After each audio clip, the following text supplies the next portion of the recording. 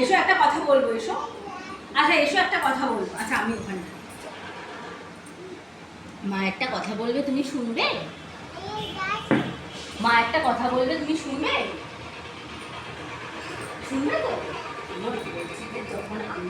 যখন তুমি বড়দের সাথে রাস্তায় বেরোবে, মায়ের সাথে, মামামের সাথে, বাবার সাথে, যার সাথেই তুমি যখন রাস্তায় বেরোবে, শোনো না, যার সাথে তুমি রাস্তায় বেরোবে কখনো ওরকম রাস্তার মধ্যে দাঁড়িয়ে বলবে না।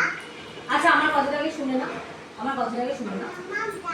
আচ্ছা আচ্ছা শোনো না, কখনো ওরকম রাস্তায় বেরিয়ে বলবে না যে মা, আমার দিকে তাকিয়ে শুনবে আমার কথাগুলো, আমার দিকে তাকিয়ে, এখানে আমার দিকে তাকিয়ে কখনো ওরকম রাস্তায় দাঁড়িয়ে বলবে না যে মা ডাব খাবো, মা কেক খাবো, মা আইসক্রিম খাবো।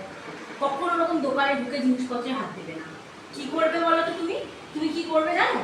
তুমি তুমি যখন তোমার যখন কিছু খেতে ইচ্ছা করবে, তুমি মাকে জিজ্ঞেস করবে যে মা টাকা আছে তোমার কাছে? আর দাস ডাব খেতে চায়, দাস আইসক্রিম খেতে চায়। তুমি যখন তোমার যেটা খেতে ইচ্ছা করবে, আগে মাকে জিজ্ঞেস করবে মায়ের কাছে টাকা আছে নাকি। দোকানে গিয়েই আমি এটা নেবো, আমি এটা নেবো বলে জিনিসপত্র নিয়ে নেবে না। এরকম করতে নেই, বুঝেছো? সবাই তোমাকে পচা ছেলে বলবে। বুঝতে পেরেছো আমার কথাটা? আচ্ছা তুমি আমার কথাটা বুঝতে পেরেছো? তাহলে দোকানে গেলে কি আগে রাস্তায় বেরোলে মাকে কি জিজ্ঞেস করবে? কি জিজ্ঞেস করবে বলো? টাকা আছে মা, আমি ডাব খাবো বা আমি আইসক্রিম খাবো, যেটাই তোমার খেতে ইচ্ছে করবে তুমি আগে মাকে জিজ্ঞেস করবে, ঠিক আছে? টাকা আছে নাকি?